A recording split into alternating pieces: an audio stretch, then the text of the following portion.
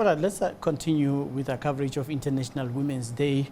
And of course, that's the global day that celebrates the achievements of women. So International Women's Day is a time to reflect on progress made by ordinary women who have played an extraordinary role in the history of their countries and communities.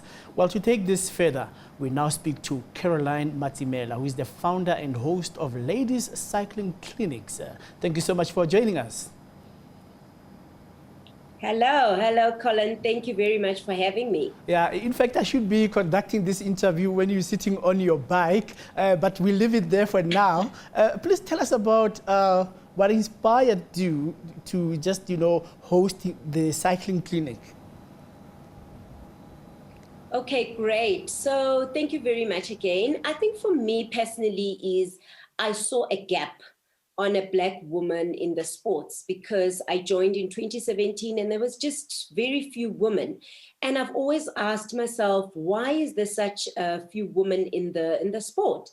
And I also realized within my community and circle that there were lots of women who wanted to start cycling, but they just didn't know where to start because most clubs and so on didn't accommodate for beginners, where people never had a bike growing up and now they want to start cycling.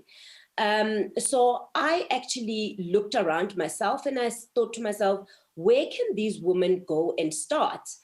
And I couldn't find anything. And then I decided that during August in 2020 on Women's Month, I should launch the Ladies Cycling Clinics, and where all ladies, beginners who wanted to learn how to ride a bicycle, and how those that want to take care of their health and improve their overall wellness, and just create a community where it's safe for them.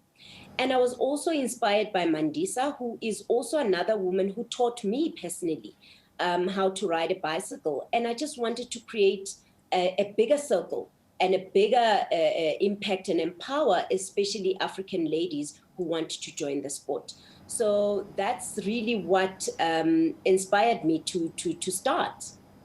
We have not actually been used to the sight of seeing women cycling. I mean, if you drive around any city, you would see only a group of men. So then when it comes to encouraging women to get on their bikes, not to say that they are not, but in their numbers, how would you convince them? Because the first thing would be caution. The second one would be the dangers of cycling around town. As you know, some motorists are not friendly with motorbikes and cyclists. So the risk factor will also be at the back of their minds.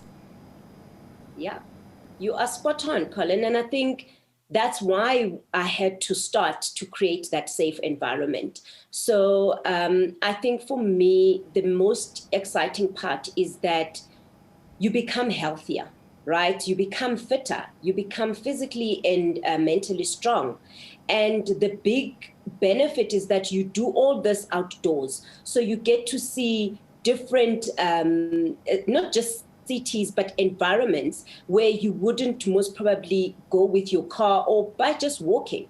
So I think with cycling for me is that creating that community. Hence the ladies, it's in a safe environment and we do it as a group and it creates visibility for us doing it in a team. Not just you taking your bike and just going because it's not safe for women. So I think this community of beginners, of ladies, has excited me to create that environment. So now, when we are celebrating this day, you can now, really paint a picture about the journey of other women who have been under your mentorship, and of course, how then this would spread. Because we cannot just look at the notion of riding the bikes for entertainment. You remember in the country there was a time when communities, or rather commuters, were encouraged to get off their cars, and if they don't want to get on taxis or trains, they should take their bikes to work. And of course, let me pick your brain on that. Well, I really do wish our environment can present more cycling routes. I know in town they've done that, in Johannesburg specifically and in Cape Town. where you can actually ride your bicycle to work, to the beach, to the office. So I think, but it starts with, where do I start? What kind of a bicycle do I need? What kind of clothing do I need? What kind of safety measures do I need? And I think through the cycling clinics, those are the things that I actually try and teach the ladies. How do you even change your tire? Because yes, it's one thing to get into these advanced cars of ours and it's all automatic and it tells you on the dashboard, but when you are on the bicycle, guess what? You on your own, you carry your own tools, you carry yourself, you carry the bike, you carry your bag, you carry everything. So I think through the clinics, it is to really create that community, and that is empowering, because I want it to be free from stigma, from stereotypes and violence, that no, man, this is only a man's sport. But how do I revolutionize the woman getting into cycling and learning and becoming more confident in their well-being? And as you know, many women carry a lot of responsibilities and are going through a lot. But what is that outlet that they can go to that is safe, that is also healthier, and that's fun? So yeah, that's what I vision going forward, that we will work with our communities, we'll work with our government, we'll work with anyone to make sure that the routes that we take are also accommodating cyclists. All right, thank you so much for making time to speak to us. And please remember that some bicycles cost 50,000 rands nowadays.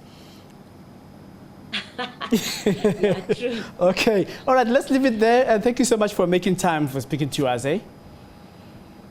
Thank you so much, Colin, for having me, and happy Women International Day. Let's continue inspiring each other, be encouragers and extremely kind, because it is really tough times that everybody is going through, but through supporting one another and creating this awareness together, we can become incredible. Caroline Matsimela, founder and host of Ladies Cycling Clinics, speaking to us about women and cycling on International Women's Day.